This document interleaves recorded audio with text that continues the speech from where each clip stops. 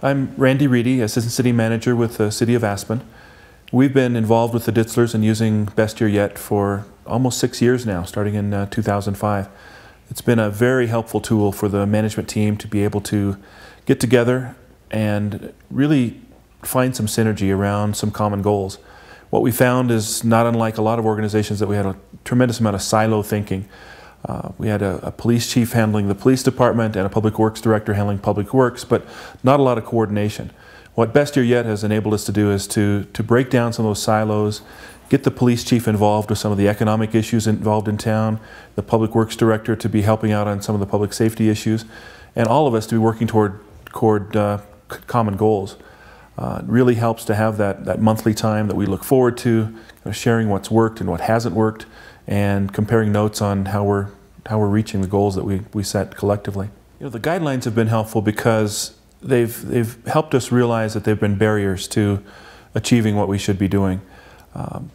For instance, one of the guidelines about 3 years ago that we used to break down the barrier of, there was just too much to do and we couldn't decide what to do and we couldn't do everything. So one of the guidelines that I'll never forget became act on realistic expectations. In other words, don't try to do it all, but act on what you can do and what's achievable. And that led in the transportation realm to the concept of accomplishing the segment of the entrance to Aspen that was doable. A very hotly controversial project. Not all of it can be done all at once, and we realized by applying that guideline and accomplishing what's realistic, searching out with the realistic expectation, we could develop a bus lane and solve about 2 miles of the 4 miles of the bottleneck. That was accomplished within the next 18 months after we set that goal. So it was very helpful in kind of breaking down those barriers to, oh well, we can't do everything or we can't do it all. It becomes an act of futility, but by breaking down those barriers and setting realistic expectations, it really helped us accomplish what we could do. I think PRO's been helpful in, especially as it's evolved and developed over time, really helping the group get organized before we go into our monthly meeting. We no longer spend a lot of time scoring how we're doing on the various guidelines and the paradigm and our individual goals. That's all done by the team members before we hit that meeting, so we can hit the ground running, start comparing notes and having meaningful conversation. It's very easy to use, very easy to input the month's goals and then come back and score them and compare notes.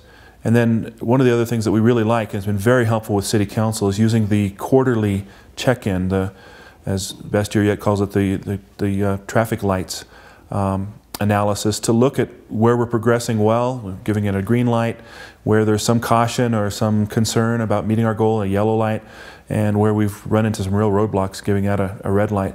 It's a very meaningful conversation then with City Council to be able to show them. And what we typically start with are the good news, of course, what we hope to be several green lights, but there's inevitably a yellow light or two in a quarterly analysis. And it helps with City Council, it helps provide a give and take with them as well. They can say, well, I'm not sure that one's green, or you guys need to give yourselves more credit. It's really not yellow. I think you're making more progress than you realize. So it's helped with that quarterly check-in, making sure that we're on the same page with City Council. Since Best Year Yet was working really well with the management team, getting us all on the same page, we worked with Tim and introducing the notion and the program to City Council. It was a little scary at first because there was some vulnerability in turning over the goal setting completely to City Council, although in reality that's the way it is. Staff is there to fulfill City Council's goals. So we simply followed through on that, let them set the goals, and then held ourselves accountable for reaching those goals. We found the trick in dealing with that, the secret to success in that is to make sure as they're setting those goals that we're holding them accountable for being clear and being realistic with us, and then that we follow up with realistic goals, monthly check-ins, quarterly traffic light analysis, so that there are no secrets, no surprises. We don't get to the end of the year and say, well, we forgot to do anything on goal number 8. It's accountability from day one.